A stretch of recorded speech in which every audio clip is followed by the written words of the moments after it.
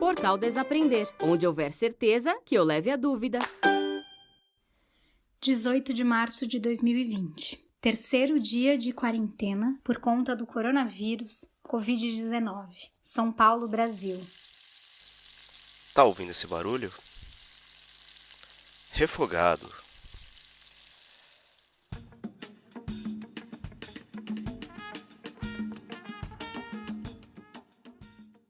Assim começamos o Comida de Resistência desse episódio. E a gente vai falar sobre fronteiras, tanto as geográficas e reais, quanto aquelas imaginárias que a gente se coloca. As fronteiras em que a gente pode ultrapassar livremente com um passaporte e uma passagem de avião, ou aquelas que a nós são impedidas. E assim, deixamos de viver, deixamos de ter oportunidades, deixamos de ser cidadãos livres. Esse é o Comida de Resistência. Desse episódio a gente vai falar sobre livros de francês, um professor de 17 anos e as fronteiras que essa situação e que o mundo sempre nos impôs. Olá a todos e todas, meu nome é Natália Trivelloni e vocês já me conhecem como a pessoa que fala sobre comidas de resistência. E como eu dei a introdução desse programa, eu também estou de quarentena aqui na minha cidade de São Paulo por precauções, por orientações e por entender a gravidade desse problema em que é uma pandemia e é uma questão global.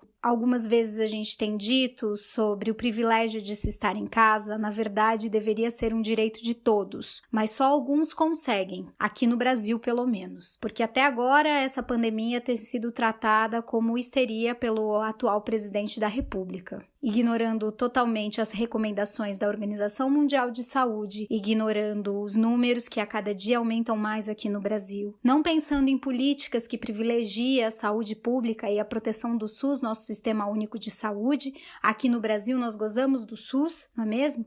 Diferente de grandes partes do mundo, Estados Unidos, por exemplo, não tem um sistema de saúde como o nosso. No entanto, apesar de termos o SUS, nós sabemos que não temos a estrutura necessária caso essa situação se agrave muito no Brasil. Eu ouvi por esses tempos que era uma doença democrática, pois ela não escolhia quem contaminar, e também existem os grupos de risco, que são os idosos. Pois eu digo a vocês que ela não é democrática. Tanto é que ontem, dia 17, nós tivemos o caso de uma trabalhadora doméstica, de uma empregada doméstica, que chegou a óbito, provavelmente pelo coronavírus, pois sua patroa tinha acabado de voltar da Itália, contaminada pelo corona, mas não a dispensou. É um momento muito delicado para a gente pensar muitas coisas, muitas barreiras, o que a gente pode ou o que a gente não pode fazer. É um momento delicado para a gente pensar que, cuidando da gente, a gente está cuidando do outro também. Para pensar que esse vírus, como muitas notícias sérias estão sendo transmitidas, esse vírus ele pode estar incubado na gente e a gente não sentir nada, ou a gente pode sentir efeitos muito fortes. Existem também os grupos de risco. Eu moro com uma pessoa no grupo de risco, a minha avó de 92 anos, então a minha precaução começou muito antes de toda essa situação, por entender que, por exemplo, na Itália, agora, em março, as pessoas estão recebendo as orientações de quem tem 80 anos, fique na sua casa, ou para se curar ou para chegar a óbito por conta desse vírus.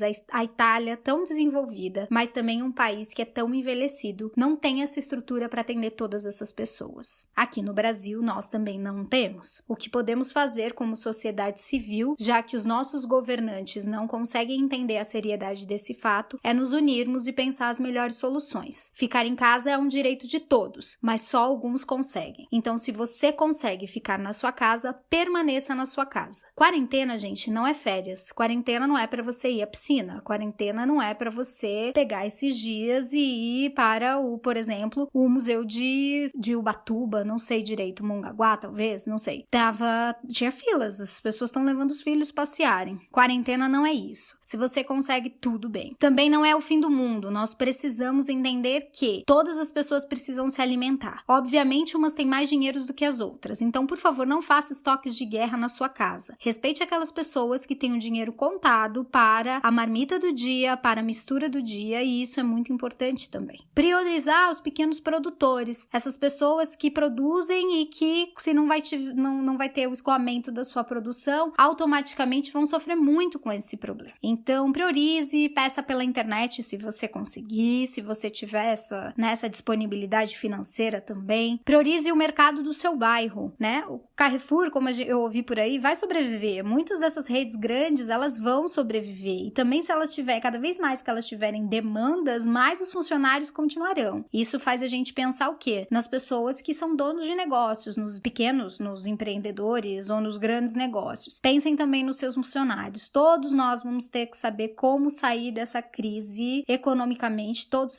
seremos afetados, mas pense também na vida humana, pense no salário dessas pessoas, pense também nas pessoas das quais você contrata. Esse mês, por exemplo, eu tenho uma ajudante aqui na minha casa, Maria, e a minha decisão foi de que Maria não virá para preservar sua saúde, mas ela continuará recebendo o dinheiro que a ela foi prometido, principalmente agora que Maria é uma mãe solo e ela precisa desse dinheiro para criar ela e a sua própria filha. Então eu fiquei pensando nessas barreiras todas que a gente tem que ultrapassar. A gente agora tá nas suas casas, eu tô aqui na minha casa, minha rua tá silenciosa, eu já fiz a programação que eu pensei nesses dias. São tempos muito engraçados, né? Porque a gente sempre reclama da falta de tempo e de repente toda a nossa agenda que é cronometrada para produzir, ela é parada e a gente começa a viver num tempo em que a gente consegue administrar dentro de casa. Claro que para quem tem filhos é muito mais difícil, quem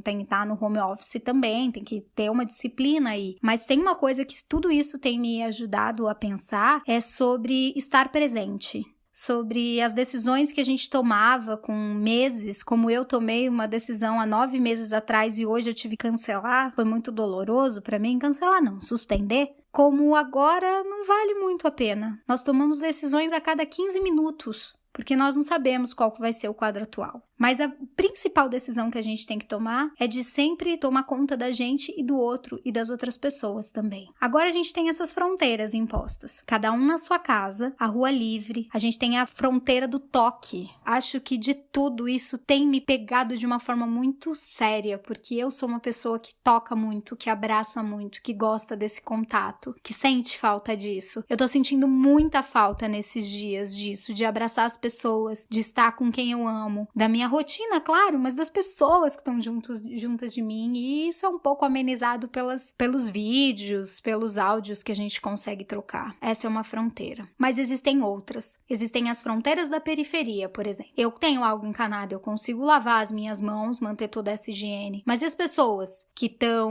em regiões periféricas, que estão nas comunidades, que não têm a água, que não têm saneamento básico, que não têm dinheiro para comprar um álcool gel? E com essas pessoas, qual tem sido o nosso cuidado? Qual tem sido o cuidado desses governantes? E se não tá vindo deles, e a gente tá percebendo que não, que a nossa organização tá sendo muito mais civil do que desse governo, o que a gente pode fazer para acabar com essa barreira? Se a pessoa vem da Itália e cumpre uma quarentena de 14 dias, por que a sua funcionária tem que ficar em casa, idosa, servindo essa pessoa? Por que essa barreira não foi quebrada? Por que esse olhar não foi tido? Essas pessoas vão morrer também. Assim como muitas outras pessoas, mas elas estão muito mais vulneráveis a isso. Quebrar essa barreira é quebrar essa geografia. Primeiro porque ninguém aqui tá à margem, tá todo mundo dentro dessa sociedade. Colocar à margem já é criar uma fronteira preconceituosa, dizendo que essas pessoas não pertencem a essa sociedade que elas pertencem. E que já que a gente tá repensando muitas coisas, a gente tem que repensar isso também. Fiquei pensando nessas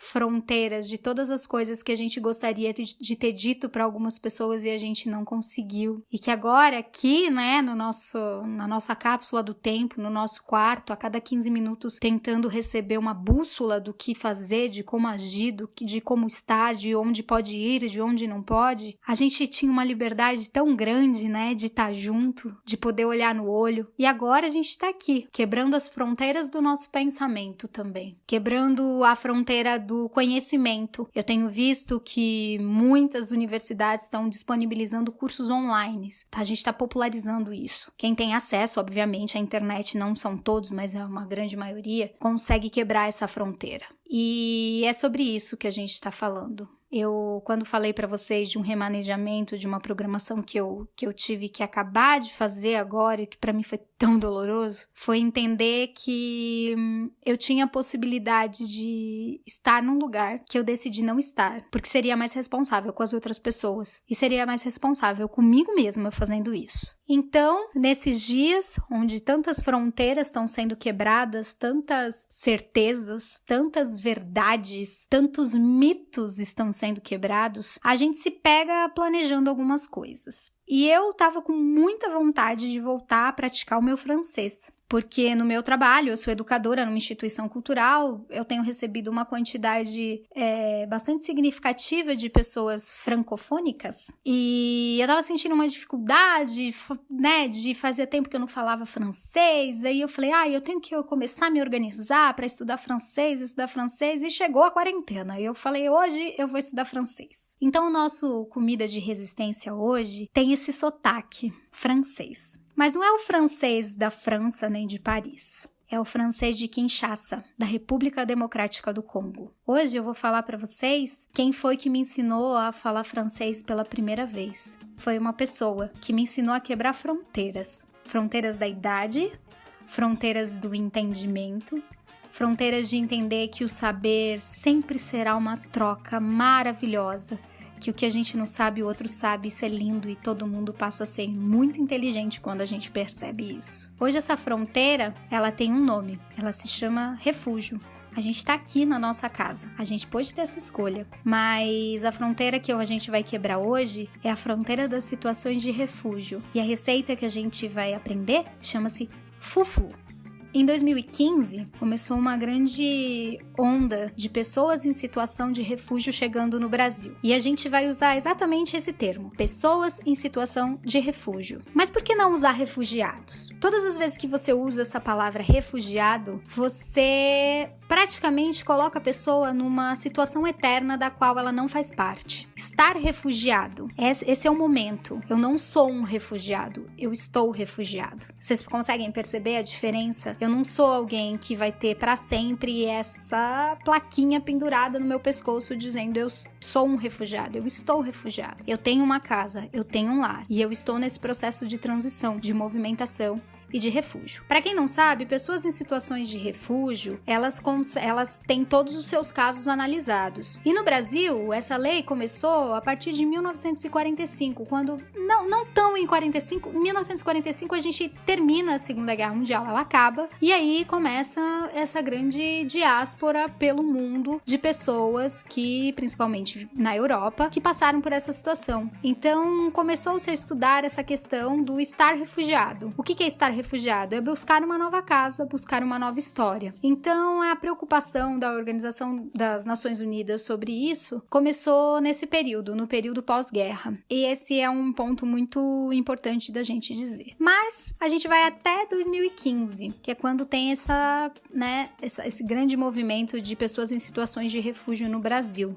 Como vocês sabem, eu sou cientista social e foi um tema que começou a me chamar bastante atenção para estudar. E aí eu pensei, como eu posso estudar melhor isso? Como eu posso estar mais perto? Como eu posso, de repente, ajudar nessa causa dos brasileiros? Isso me despertou. Eu comecei a pesquisar o que eu poderia fazer e eu fiz uma proposta no meu trabalho sobre o trabalho com pessoas em situações de refúgio. Nos 2 meses seguintes, eu sairia de férias. E aí eu decidi que eu ia conhecer lugares onde essas pessoas em situação de refúgio, elas estavam refazendo as suas vidas. E eu escolhi 2 desses lugares. Eu fui para Paris, numa concentração de imigrantes e pessoas em situações de refúgio. Fiquei naquele bairro durante 10 dias com eles, conversando, ainda em inglês, eu não falava francês e tudo mais. E conversando, percebendo como era a vida, qual que era o incentivo do governo, como se organizar, como é que eles eram bem-vindos, como sobreviver, qual a história de vida de cada um deles, quais países aceitaram ou não, que existe muito isso. A pessoa em situação de refúgio, ela ela tem que ser aceita pelos governos. Então as histórias delas são estudadas e se elas sofreram alguma perseguição de cunho político, de cunho de orientação sexual também, se elas sofreram esses tipos de perseguição, elas têm as histórias delas avaliadas e elas são recebidas por esses países. No Brasil acontece da mesma forma também. A diferença para pessoas em situação de refúgio e para imigrantes em ajuda humanitária é o que difere, por exemplo, um congolês de um haitiano. Como o Haiti sofreu uma catástrofe natural, ele não se enquadra como perseguição política, então ele se enquadra como pessoas em situação de ajuda humanitária, certo? Aí em 2015 eu fui para Paris, fui lá, fui conhecer todo esse movimento, fui entender um pouco mais quais os trabalhos eram feitos, quais organizações estavam juntos, quais as formas. Foi uma coisa que modificou minha vida. E dias depois eu estava em Viena, na Áustria, e eu fui conhecer um lugar chamado Magdas Hotel. É uma iniciativa privada de Viena, lá na Áustria. É um hotel que capacita pessoas em situação de refúgios do mundo todo a trabalharem nesse hotel, para fazer todas as funções necessárias de um hotel. E aí esse é o grande atrativo. Você vai para um hotel onde todas as pessoas aprendem novas línguas, aprendem novas habilidades, são pessoas que é um programa muito incrível. Eu fiquei um dia todo com o pessoal do Magdas. Agradeço muito ao Sebastian, se ele ouvir depois em português. Algumas postagens minhas ele curte, mas eu acho que ele traduz pro alemão. Mas tudo bem. Agradeço demais ao Sebastian que me acolheu, a todas aquelas pessoas que me ensinaram como a gente tem iniciativas para trabalhar com as pessoas em situações de refúgio. Voltei pro Brasil com uma coisa muito forte que todas essas pessoas me disseram. A primeira barreira que a gente enfrenta é a língua. Então, eu falei, bom, se eu tivesse numa situação de refúgio e eu chegasse em algum país, eu gostaria muito e eu me sentiria o mínimo acolhida se alguém falasse a minha língua. E aí, comecei a pesquisar de onde essas pessoas em situação de refúgio vinham aqui pro Brasil. A maioria delas era de língua francesa. E aí eu falei, chegou o momento de eu aprender francês. Foi aí que eu conheci o Abraço Cultural. O Abraço Cultural é uma escola de idiomas onde os professores são em situação de refúgio. E aí que começa a nossa história. Aí que começa essa história de resistência que passa pelo sabor chamado fufu, que em breve a gente vai falar um pouco mais. Foi aí que eu conheci o meu primeiro professor de francês. Um garoto de 17 anos, chamado Steve. E ele foi o meu primeiro professor de francês. E eu tive aula durante 2 módulos com o Steve. A minha primeira reação quando eu vi foi, ele tem 17 anos? Como assim? E não por uma questão de preconceito, porque eu acho que todo mundo pode aprender com todo mundo de qualquer idade. Mas me chamou a atenção o que um garoto, pelas leis brasileiras, menor de idade, estava fazendo sozinho nesse país. O Steve, ele é ótimo falando, ele dá várias palestras, ele conversa muito bem, mas ele é bastante tímido. Então, aos poucos, a gente foi estabelecendo a nossa relação pessoal, Steve e eu. Porque ele tinha exatamente a idade dos jovens que eu trabalhava na instituição que eu trabalho. E isso pra mim era muito mágico. E eu falei, você tem a idade dos meus alunos. E a gente começou a se aproximar por isso. Eu via muito nele os meus alunos, né? E aí fui conhecer a história de Steve. Steve, a história dele como uma pessoa em situação de refúgio começou em 2013. Ele nasceu em Kinshasa, na República Democrática do Congo, que até hoje vive uma ditadura. Steve passou parte da vida dele na África do Sul, sendo alfabetizado lá, numa escola belga, com francês perfeito. E ele é filho de um político congolês e de uma mãe sul-africana, que é militante dos direitos humanos, professora de relações internacionais e militante dos direitos humanos, principalmente na causa de gênero. Depois de um tempo na África do Sul, Steve ele decidiu, junto com a sua família, voltar para a República Democrática do Congo, onde o seu pai foi eleito deputado federal. Nessa época, houve a questão do governo tentar dar um golpe, tentar modificar as leis daquele país, em 2013, para que conseguisse ficar mais 5 anos no poder. O pai de Steve participou de protestos contra isso e ele foi preso. Só que ele conseguiu fugir. Como ninguém conhecia o paradeiro do pai de Steve, um político da oposição da República Democrática do Congo, o juiz determinou que o filho mais velho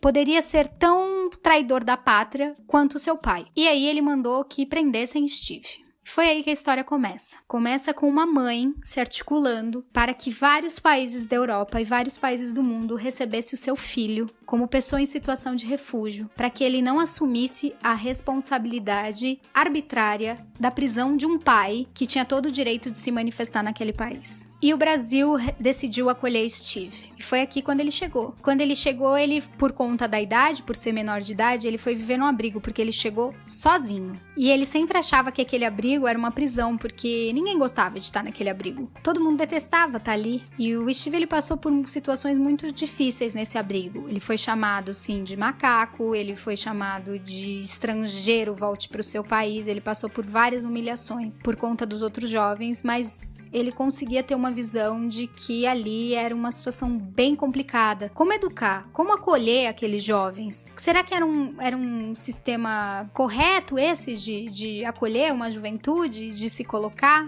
Onde eles estudavam? O que eles faziam? Devido a essa perseguição, o Steve ele foi transferido para outro abrigo. E nesse abrigo as pessoas estudavam, os jovens estudavam, eles eram estimulados nas artes, eles recebiam carinho, eles recebiam uma atenção muito maior. E foi aí que o Steve decidiu voltar a estudar. O Steve voltou a estudar, aí ele, com os 18 anos, ele foi ser o meu professor, 17 para 18 anos, foi muito rápido, ele foi ser o meu professor de francês, a gente estabeleceu uma relação maravilhosa juntos.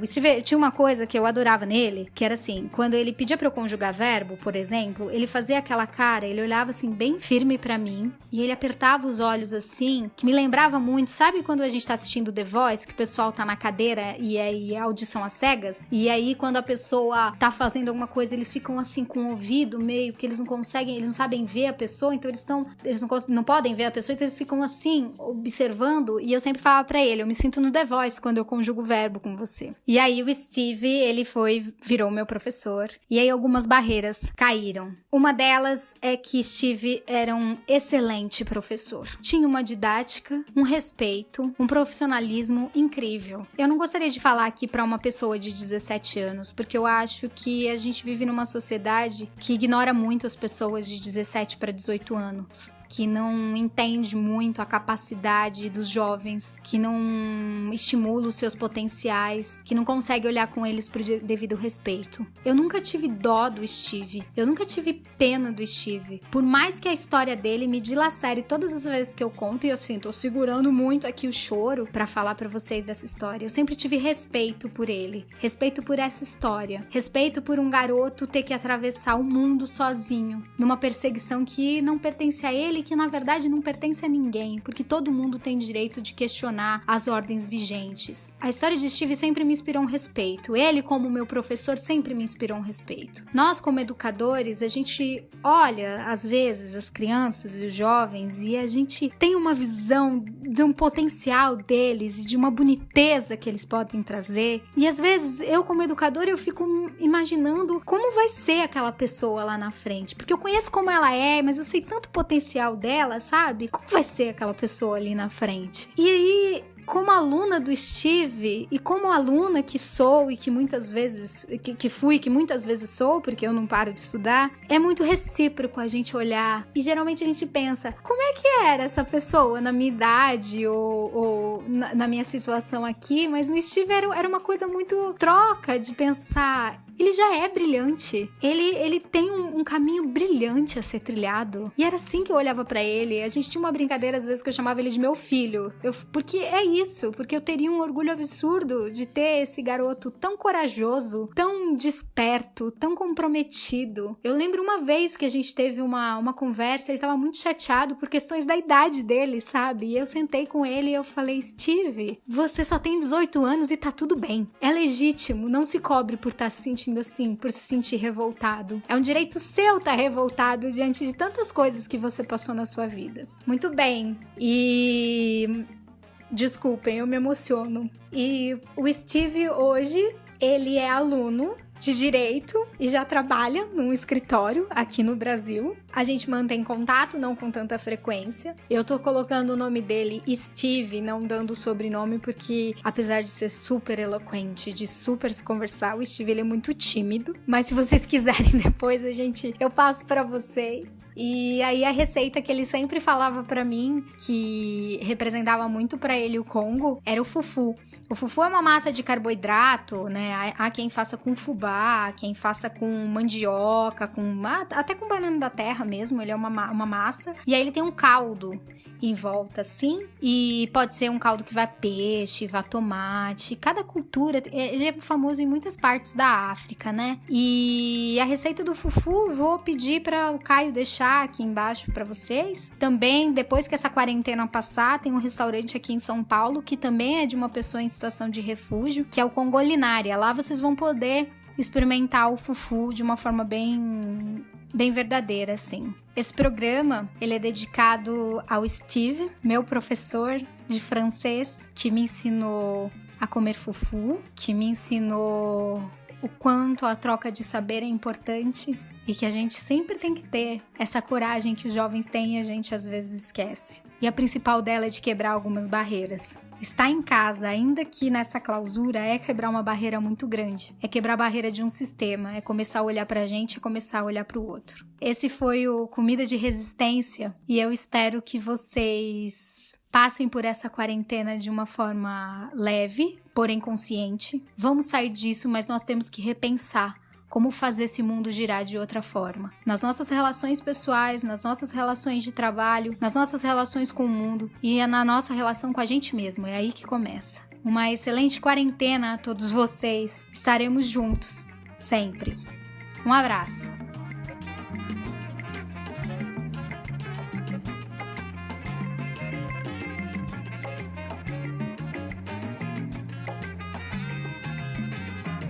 Oi pessoal, aqui é o Caio que tá falando. Como vocês viram, a história do Steve ela é muito cativante. E aqui no site eu vou colocar a receita do fufu. É bem simples até. E eu tenho 2 recadinhos pra dar. O primeiro é que agora o Refogado está junto com o pessoal do Portal Desaprender. O Rodrigo, o Marcelo do Entre Fraldas, o pessoal do Gizcast, do Larvas Incendiadas, do Daddy Talks. Então conheçam o portal desaprender.com.br. E agora nós fazemos parte dessa família. E na prática não muda nada. O feed continua o mesmo, o site continua o mesmo. Só que ele mudou, ele tá dentro do portal. Da igual maneira, tem um feed com todos os podcasts. Se vocês quiserem assinar esse feed, fiquem à vontade. E o segundo recadinho é sobre o coronavírus e a quarentena. Nós aqui em casa estamos de quarentena faz mais de uma semana. Hoje é o 9º dia que estamos de quarentena. Se vocês puderem, fiquem em casa. Sério, vocês vão salvar vidas com isso. E o Refogado vai continuar. De qualquer maneira aqui, por mais que eu esteja fazendo home office e trabalhando que nem um maluco, por isso que atrasou hoje, o Refogado vai continuar. Então, pelo menos, o nosso podcast vocês vão ter pra ouvir sempre. E aguentemos juntos essa pandemia, esse novo vírus. A gente vai vencer essa, tá bom? Eu tô pensando até em passar algumas receitas, assim, no meio da semana. Se eu tiver tempo, eu faço isso. Até pra gente poder aguentar esses dias aí em casa, tá bom? E, bom, por enquanto é isso. Ah, as recompensas do padrinho, óbvio, estão suspensas até que passe tudo isso. É isso, gente. Vamos lá, força e vamos que vamos. Um abração e até semana que vem.